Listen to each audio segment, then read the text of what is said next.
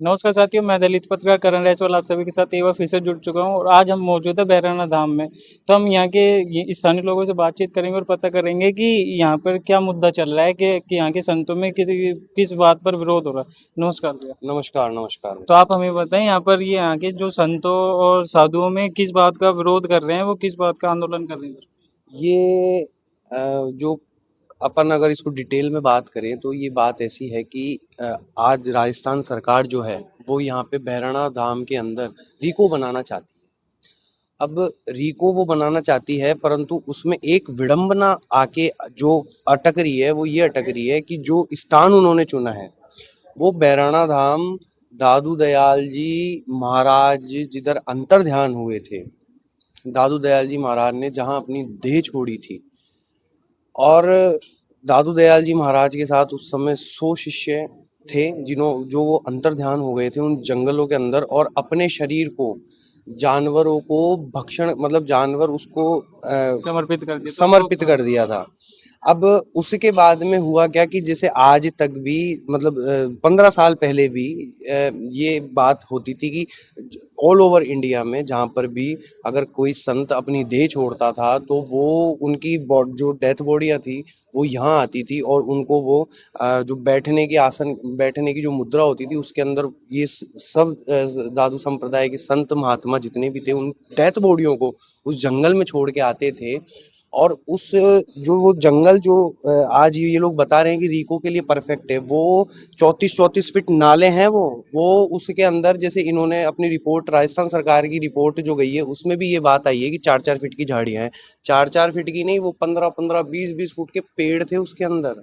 और उधर जो जानवर थे वो उन डेथ बॉडियों को खाते थे। जो दादू दयाल जी महाराज के जो विचार थे वो इस प्रकार थे कि हम जीते जी तो संसार के प्रति अपना समर्पण कर ही रहे हैं परंतु मरने के उपरांत भी हम अपना समर्पण कर दें, ये उनके विचार थे। अब उस जगह पर 15 साल मतलब अब से 15 साल अब उनके फूल आते हैं तो ये एक तरीके का हरिद्वार कहलाता है। अब उसके अंदर सरकार रीको लेके आना चाहती है तो रीको वो कैसे आएगा वो तो आप एक बात बताओ। मैं आज अधिवक्ता हूँ और अधिवक्ता होने के साथ साथ आर्टिकल आप 25 पढ़ लो, आर्टिकल आप 29 पढ़ लो, वो साफ कहता है कि आप किसी की धार्मिक भावनाओं को ठेस नहीं पहुंचा सकते हो और सरकार ये कार्य कर रही है तो ये तो गलत है। ये विवाद आप एक तरफ तो भारतीय जनता पार्टी कहती है कि हम भारत के अंदर राम राज्य स्थापित करते हैं और आप बता रहे हो कि यहाँ की बैरना धाम के अंदर यहाँ के धार्मिक आस्था के साथ खिलवाड़ किया जा रहा है। अब आप देख लो ये सरकार का फैसला है जो रीको में वो रीको लेके आना चाह रही है और यहाँ उनको ये पता है कि ये बहराणा धाम दादू दयाल जी महाराज का हरिद्वार कहलाता है। और यहाँ के संतों की एक मांग जो ये है कि बोले ये रीको नहीं बनेगा उसके पीछे कोई उनका निस्वार्थ भाव नहीं है।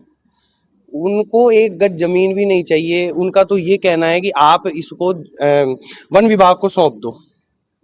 अब उसमें गलत क्या है। और आसपास 10-15 गांव जितने भी हैं उधर के सरपंच खुद कह रहे हैं आप हमारे पास आओ, हम आपको जमीन देंगे रीको के लिए, उधर लेके आओ। तो एक बात बताओ, आप खुद बताओ, राजस्थान आज इंडिया का सबसे बड़ा एरिया क्षेत्र है। राजस्थान सरकार के पास में जमीन की कहीं कमी नहीं है, कोई कमी नहीं है, परंतु उन्होंने बहराणा धाम ही क्यों चुना। इसके पीछे भी कई कहानियां हैं जो सामने आएगी पर बाद में आएगी। क्या लगता है कि आपको अगर सरकार आपकी मांगे नहीं सुनोगे तो ये आंदोलन कब तक चलेगा? देखो, आंदोलन का निष्कर्ष तो हमारे को पता है कि वो क्या होने वाला है। आंदोलन हमारा जरूर पास होगा और राजस्थान सरकार का जो फैसला है वो उनको परिवर्तित करना पड़ेगा। वो इस फैसले से विफल रहेंगे, रीको यहाँ नहीं बनेगा। चाहे अब हमारे को, अब आपने एक बात कही है अभी कि आंदोलन कितना चल सकता है, तो आंदोलन की तो कोई सीमा है नहीं, परंतु आंदोलन हमारे को पूरा यकीन है कि आंदोलन हमारा पास होगा और आंदोलन हम जीतेंगे, हम विजयी होके आएंगे वहां से। आज जो गोविंदास जी बाबा जी जो हैं वो जो इतना तप कर रहे हैं इस गर्मी के अंदर, आप खुद देखो। आज जो संत हैं वो जलती आग में कूदने को तैयार है इस धाम को लेकर। अब आप सोचो उनको, उनके मन को कितनी ठेस पहुंचा रही है सरकार। ये दुर्शीष कहाँ तक संभालेगी सरकार। यहाँ के संतों को यहाँ हनुमान बेनीवाल जी का भी समर्थक मिला है, तो उस बात से आप कितना खुश हो कि यहाँ के देखो, हनुमान बेनीवाल जी एक तरह से मैं बोलूँ तो सच में जो न्याय योद्धा होता है वो उन्होंने भूमिका निभाई है। न्याय योद्धा मतलब संतों के लिए वो आगे आए हैं, ये बहुत प्रशंसनीय बात है। और मैं सच में उनको आभार प्रकट करता हूँ जब कोई आगे नहीं आना चाह रहा है कि बोले लो संत संप्रदाय के साथ कोई आगे नहीं बढ़ना चाह रहा है कि लो महाराज जी हम आते हैं, आना ही नहीं चाह रहे, बात ही नहीं करना चाह रहे।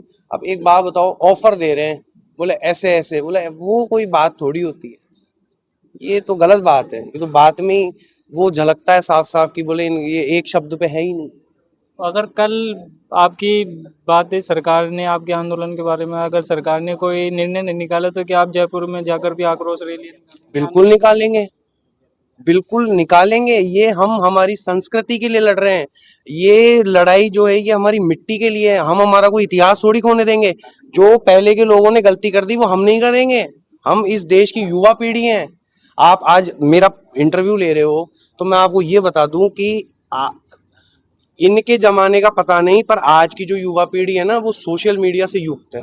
उनको हर तरीका पता है, हर रास्ता पता है, कहाँ चलना है, कौन सा मार्गदर्शन देखना है।